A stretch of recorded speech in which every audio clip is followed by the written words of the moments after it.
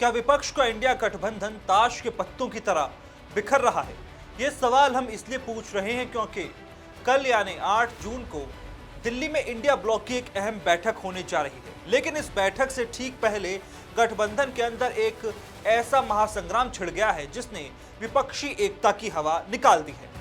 एक तरफ केरल में लेफ्ट और कांग्रेस के बीच आर पार की जंग शुरू हो गई है, तो दूसरी तरफ दक्षिण के एक और बड़े राज्य तमिलनाडु से कांग्रेस को बड़ा झटका लगा है। सीपीआईएम यानी माकपा ने सीधे कांग्रेस अध्यक्ष मल्लिकार्जुन खड़गे को एक कड़ा पत्र लिखकर अल्टीमेटम दे दिया है।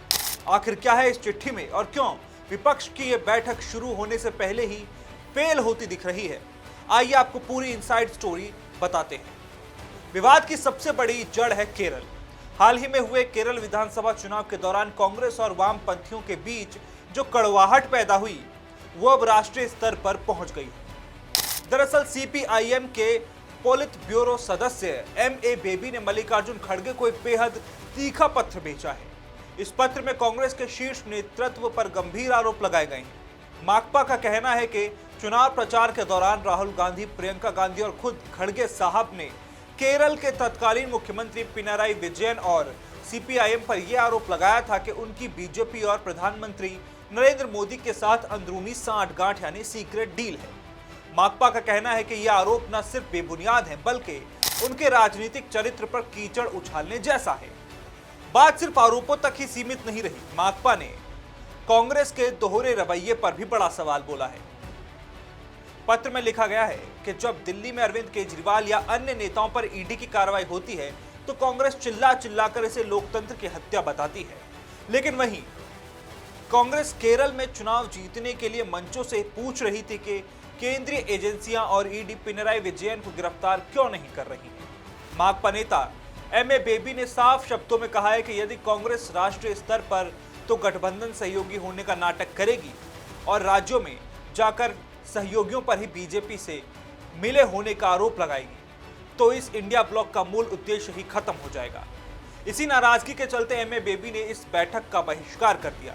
अब उनकी जगह पार्टी के सांसद जॉन ब्रिटास इस बैठक में सिर्फ औपचारिकता निभाने के लिए शामिल होंगे। हालांकि माकपा ने जरूर कहा है कि वे संसद के अंदर मोदी सरकार के खिलाफ एकजुट रहेंगे, लेकिन गठबंधन के मंच पर अब उनका भरोसा डगमगा चुका है। अगर आपको लग रहा है कि कांग्रेस के लिए मुसीबत सिर्फ केरल से है तो जरा तमिलनाडु का हाल भी देख ही लीजिए।